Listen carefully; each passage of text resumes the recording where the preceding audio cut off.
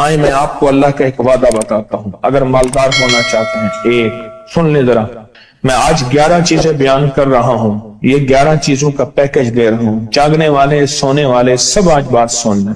اگر مالدار ہونا چاہتے ہیں، ایک، میرے ساتھ کہتے جائیں، ایک، اور اگر بخت بلند کرنا چاہتے ہیں، دو، اور اگر نصیب کے دھنی بننا چاہتے ہیں، اور اگر راحتوں کے سکندر بننا چاہتے ہیں، اور اگر برکتوں سے جھولیاں بھرنا چاہتے ہیں، اور اگر نعمتوں کی بارش چاہتے ہیں، اور اولاد کو فقر، تنگ دستی، غربت میں نہیں دیکھنا چاہتے، اور اگر اپنی نسلوں کے لیے ہمیشہ غیبی نظام ایسی مدد میں ہو جسے کہتے ہیں کہ مولا کو ایک وقت ایسا نہ لینا کہ میں مجبور ہو جاؤں، اور اگر کہیں مجبور نہیں ہونا چاہتے، کتنے ہو گئے؟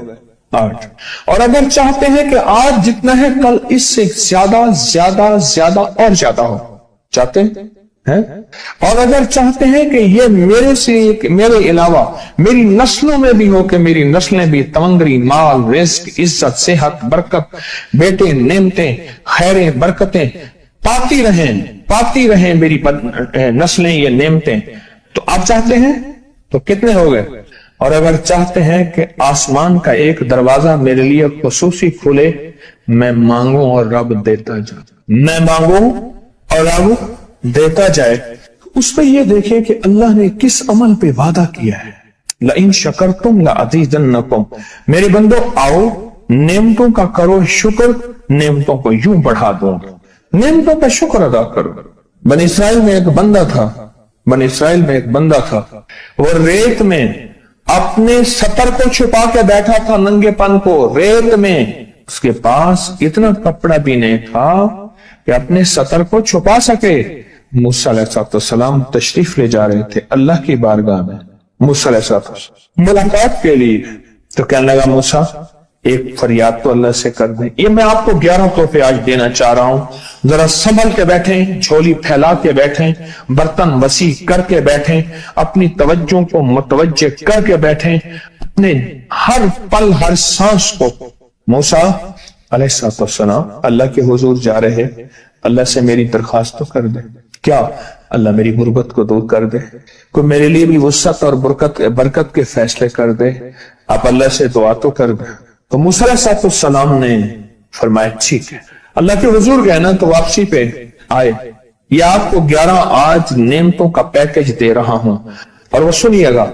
تو اللہ پاک نے فرمایا موسیٰ میرے بندے سے کہے میری نعمتوں کا شکر ادا کرے۔ موسیٰ خوش ہو کے آ گئے، اور جب خوش ہو کے آئے اور آ کے بتایا تو کہنے لگا اللہ نے نعمت دی ہی کیا ہے جس کا میں شکر ادا کروں؟ ہوا آئی وہ ریت بھی اڑا کے لے گئی، ہوا آئی اور وہ ریت بھی اڑا کے لے گئی جس ریت سے سطر کو ڈھانکا ہوا تھا۔ موسیٰ علیہ السلام کے پاس ایک بندہ آیا موسیٰ علیہ السلام کے پاس، اے اللہ کے نبی مالدار زیادہ ہوں، کچھ دعا فرمائیں، کم ہو جائے، تھک گیا ہوں، گنتے سنبھالتے تھک گیا ہوں، کچھ دعا فرمائیں۔ تو موسیٰ علیہ السلام نے فرمایا رزق ضائع کر، غریب ہو جائے گا، اور سن کے چلا گیا، اور فرمایا تو سب سفر میں جا اور پھر واپس آ تو مجھے بتانا، یقینی تیرا رزق کم ہو جائے گا یا ختم ہو جائے گا۔ واپس آیا تو کہنا موسیٰ بہت زیادہ بڑھ گیا، اتنا بڑھ گیا، مجھے ایک یاد ہے انگلینڈ سے ایک صاحب آئے، اس نے بھی یہ شکایت کی تھی، کہنے لگا کوئی دعا ہے، میں نہیں چاہتا ختم ہو جائے، میں کہتا ہوں ذرا تھم جائے، الفاظ تھے۔ کہنے لگا ایک مشین رکھی ہوئی ہے میں نے، اس میں پاؤنڈ چھوٹے بڑے وہ علیحدہ کر کے پھر بنڈل بنا کے دے دیتی ہے، ہاتھوں کا کام ختم ہو گیا۔ ہمارے ہاں ایک پہلوان ہوتا تھا، سب کو کہتا تھا ایسے ہی، یوں ہاتھ مارتا تھا اپنے رانوں پہ اور کہتا تھا آؤ میرے ساتھ لڑو، اور جو اس سے ڈاڈا ہوتا تھا اس کے ساتھ پہلی ہی بازی میں نیچے سے ہاتھ کاٹ کے کہتا تھا ساری بات سے ہماری بس ہے۔ تو وہ نوٹوں والا کہنے لگا میری بس ہو گئی ہے، گن کے۔ کوئی ایسا نہیں ہو سکتا کہ بس کوئی یعنی ختم نہ ہو، کہ تھوڑا سا سٹاپ ہو جائے۔